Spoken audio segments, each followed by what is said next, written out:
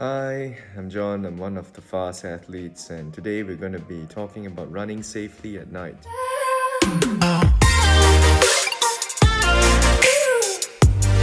So, a bit of context here. I'm a full-time dad to two kids, including Noel, who's deletion positive, and I also work full-time. So, between my kids and my family and my job, I don't have much time to do my runs during the day. So a lot of my training runs and my long runs are done at night or early in the morning. These are the things that I found helpful with my night runs, and hopefully you'll find them helpful as well. The first thing to consider when doing night running is whether it's actually safe to run at night where you live. There are some places in the world where it's definitely not safe to run, and you really have to consider carefully whether it's feasible for you to run at night. And I think if it really isn't safe, there's nothing wrong in running indoors, running on a treadmill, joining a 24-hour gym. These options are all available. But yeah, staying safe I think is the most important thing. If you're just starting out and you're not sure, one of the useful things to do is to go online and check out your local running groups.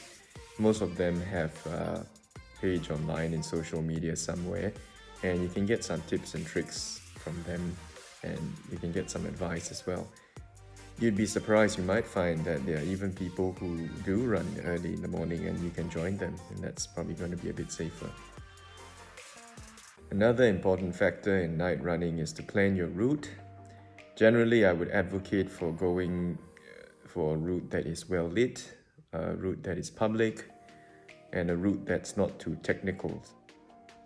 Another thing that I found useful was not to run too far from home. You don't want to do, a 20-mile out and back and get stranded halfway and be far away from any help that you can get. I find going loops around my home or in the park near my house is good, but again, you got to see what works for you. There's not much light going around when you're doing night running, so one of the important things is to be seen and to be safe. I generally advocate for wearing something reflective, like a reflective jersey, or you can buy these clip-on lights that you can attach to yourself when you run. They're quite useful.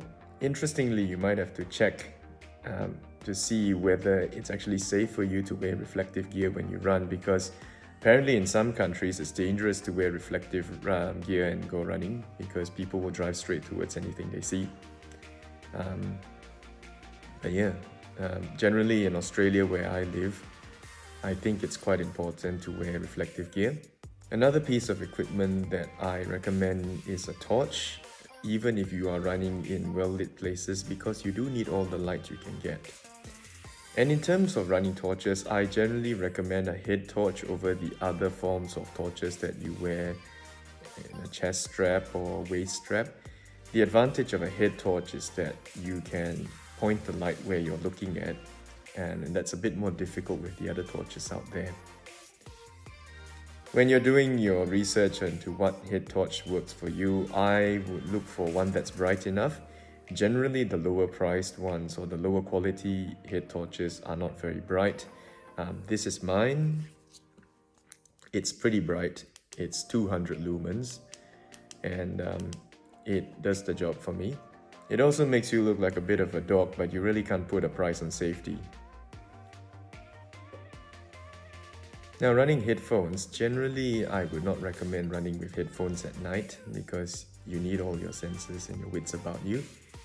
If you do want to run with music, and I don't begrudge you that, at least look for ones that are non-noise cancelling headphones, or you can wear headphones that don't go over your ears, such as bone conducting headphones. Those are quite good. The last thing I wanted to say is it's a bit generic, and it's not necessarily limited to running at night, but I think running in general, and that you really have to plan with your family in mind as well. If you're watching this, you're probably caring or you're the parent of someone with Angelman syndrome, and we both know that there's a lot of work that goes into looking after these individuals. So you really have to look after yourself as well. You can't go and injure yourself on a long run because you've got kids or people depending on you. So really pay attention to your body, really pay attention to yourself, be safe, and take care of yourself. Alright, so those are all the tips I have for running at night. Hopefully you found them useful, and run safe out there. See ya.